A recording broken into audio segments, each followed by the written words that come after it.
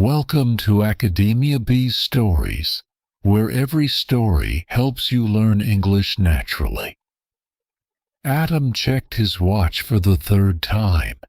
His high school reunion would begin in less than an hour.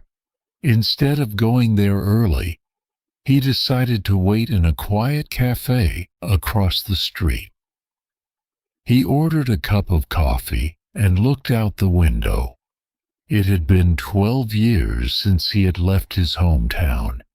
He wondered how much everyone had changed. Would he recognize his old classmates?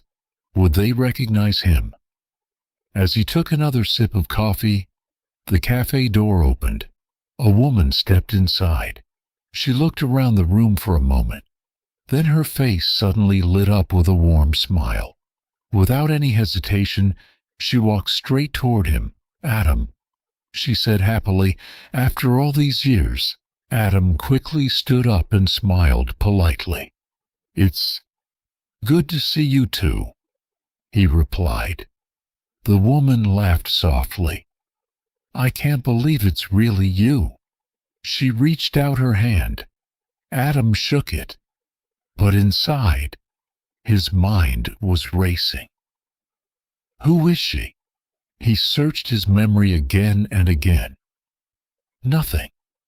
Not her face, not her voice, not even her name. The woman sat down across from him as if they had known each other forever. Adam smiled, hoping she wouldn't notice his confusion, but with every passing second he became more certain of one thing. He had absolutely no idea who she was. The waitress brought another cup of coffee. The woman smiled. "I remembered you always drank coffee without sugar." Adam looked at his cup. She was right. He had ordered it exactly that way.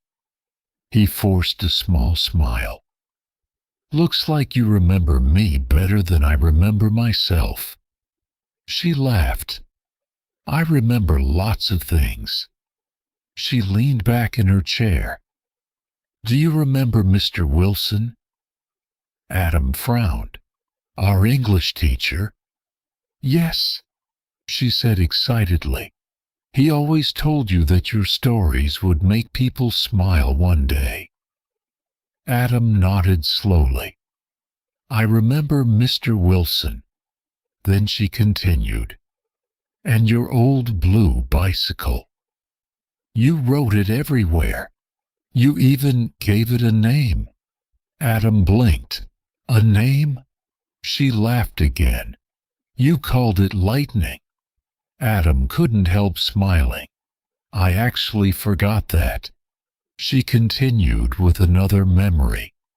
"And your dog, Max. He followed you all around the neighborhood."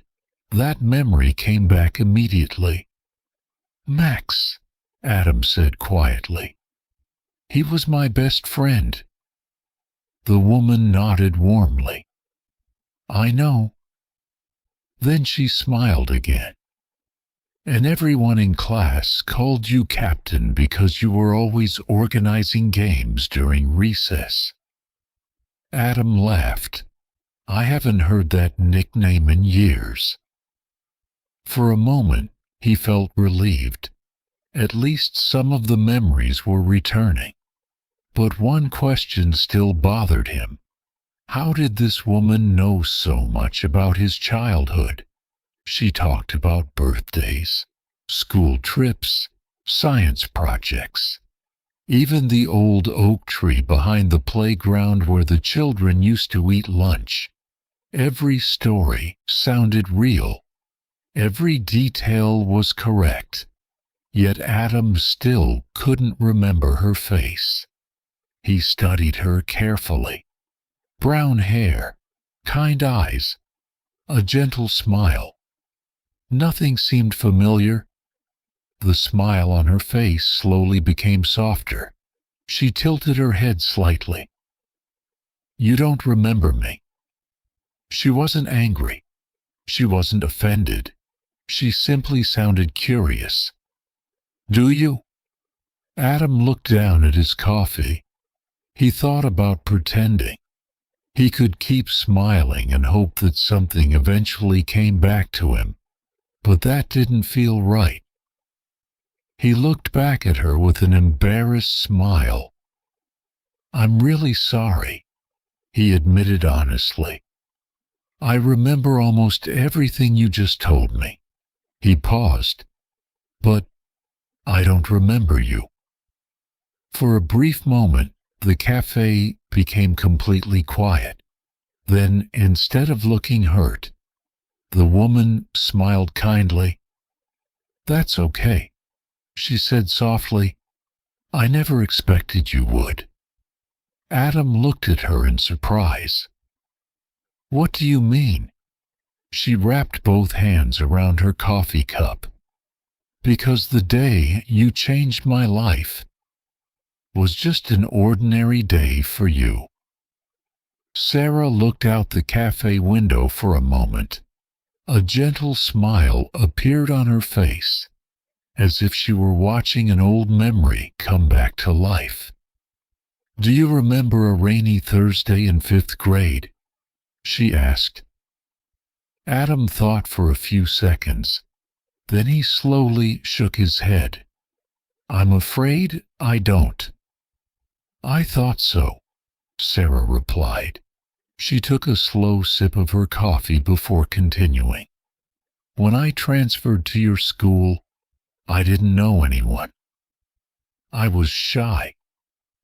I hardly spoke in class. My father had just moved because of his new job, and I missed my old friends." She smiled sadly. "Some children were kind, but others weren't. They laughed at the way I talked. They made fun of my clothes. Sometimes they even hid my school bag." Adam listened quietly. He had never imagined someone in his class had gone through that. One afternoon, Sarah continued, it started raining just as school ended. Everyone ran home. I was standing outside the school gate. I had forgotten my umbrella. She looked down at her hands. I remember feeling completely alone. I didn't want to cry in front of everyone. So I walked behind the old library where no one could see me." Adam leaned forward. "What happened then?" Sarah smiled. "You found me." Adam looked surprised. "Me?" She nodded. "You asked if I was okay. I told you I was fine. But you knew I wasn't." She laughed softly. "You didn't ask a lot of questions. You simply opened your umbrella. You stood beside me and said—" She paused for a moment. Then she repeated the words exactly as she had remembered them for nearly 20 years. "Everyone deserves a friend. You walked me all the way home. It wasn't a short walk. It took almost 20 minutes.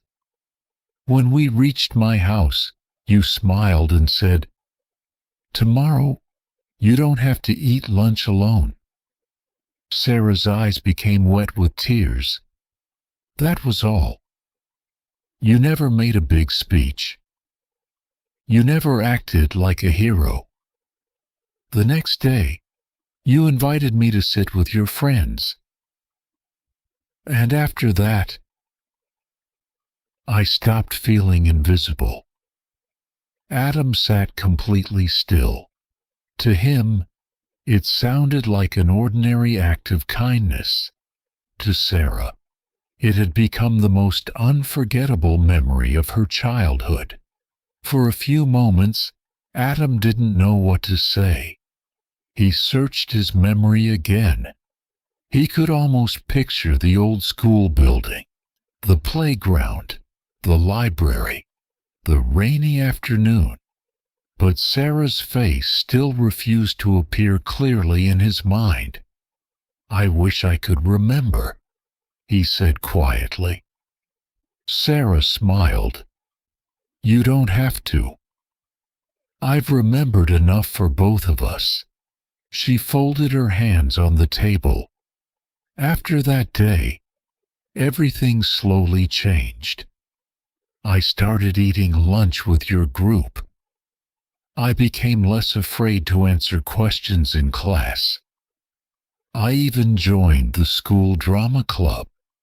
Adam listened with complete attention.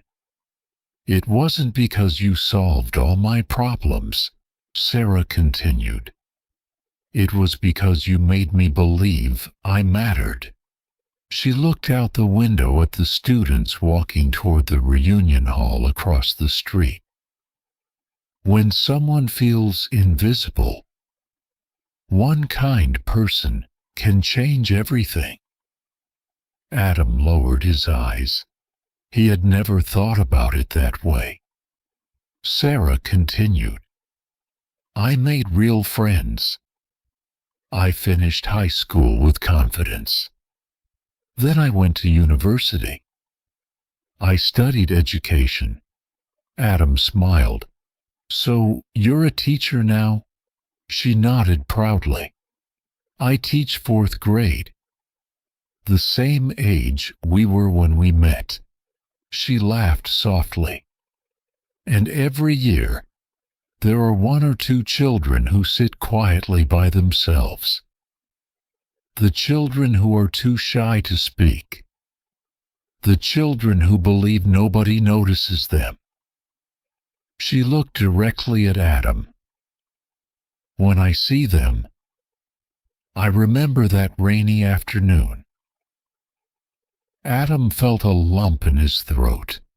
Sarah's voice became softer. "I always try to be the kind of teacher that you were that day." He looked at her in surprise. "I wasn't a teacher." "No," Sarah replied with a warm smile. "But for 20 minutes, you taught me something no textbook ever could." She paused before adding, "You taught me that kindness doesn't have to be loud. It only has to be real." Adam looked down at his coffee cup. He could hardly believe what he was hearing. A walk home, 1 umbrella, a few simple words. He had forgotten them completely. Yet someone else had carried those moments in her heart for nearly 20 years. For the first time that afternoon, Adam understood something important. Sometimes, the memories we lose become the memories that help someone else build their life. A little while later, Adam and Sarah left the cafe together and walked across the street to the reunion hall. As soon as they entered, the room filled with familiar voices and cheerful laughter. A banner hanging above the stage read, "Welcome back, class of 2015. People were talking, hugging, and taking photographs.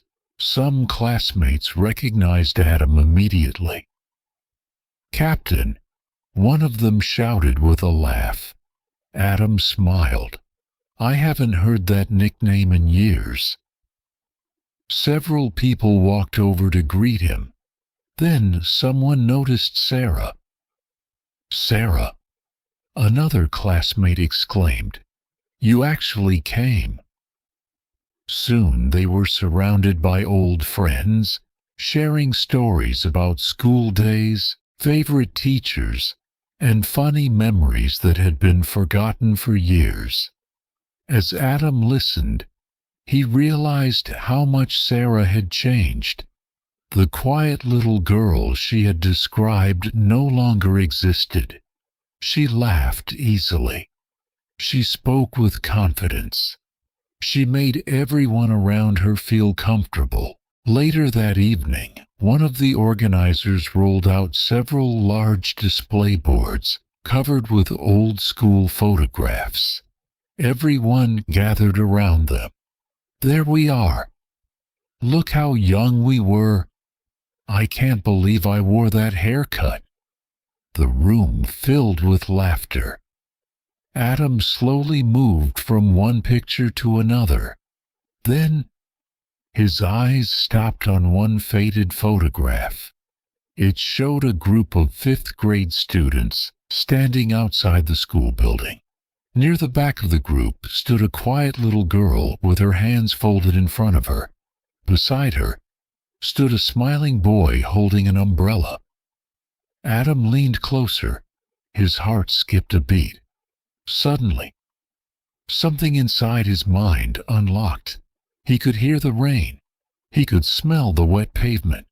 He remembered looking behind the old library and seeing a little girl trying to hide her tears. He remembered walking toward her. He remembered holding the umbrella over both of them. And then he heard his own young voice. "Everyone deserves a friend." The memory returned so clearly that it almost felt as if he were standing there again. Adam slowly turned toward Sarah, his eyes filled with emotion. "I remember," he whispered. "The umbrella. The rain. You." Sarah smiled softly. "I was wondering when that picture would help." Adam looked at the old photograph one more time. It wasn't just an old class picture anymore. It was proof that one ordinary afternoon had quietly changed two lives. The reunion ended later that evening. People exchanged phone numbers, promised to stay in touch, and slowly began leaving the hall. Adam and Sarah stepped outside together. The sky had grown dark. A cool wind blew through the empty streets. Then, without warning, tiny drops of rain began to fall. Within seconds, the rain became heavier. Adam looked up and smiled. "What are the chances?" Sarah laughed. "It almost feels planned." Adam reached into his backpack and pulled out a small umbrella. He opened it. Then he looked at Sarah. "Would you like to share it?" She smiled without saying a word. Instead, she quietly stepped beside him under the umbrella. For a few moments they simply walked through the rain. The streets were peaceful. The sound of falling raindrops filled the silence. Finally, Adam spoke. "I finally remembered." Sarah looked at him with the same warm smile she had worn in the cafe. "I know. I'm sorry it took me so long." She gently shook her head. "You don't have to be sorry. You gave me kindness when I needed it most. You weren't trying to be remembered. You were simply being kind." "I always thought people remembered the big moments in life." Sarah smiled. "Sometimes it's the smallest moments that stay with us forever." They reached the corner where their paths separated. Before saying goodbye, Adam turned toward her. "Thank you for reminding me of the person I wanted to be." Sarah smiled. "I never came here to give you a memory." She paused. "I came here to thank you for giving me one." As Adam watched her walk away, he realized something he would never forget again. You may forget a simple act of kindness. You may never know how deeply your words touch someone. But somewhere, someone may still be carrying that moment in their heart. And sometimes, the smallest kindness becomes the greatest memory of all.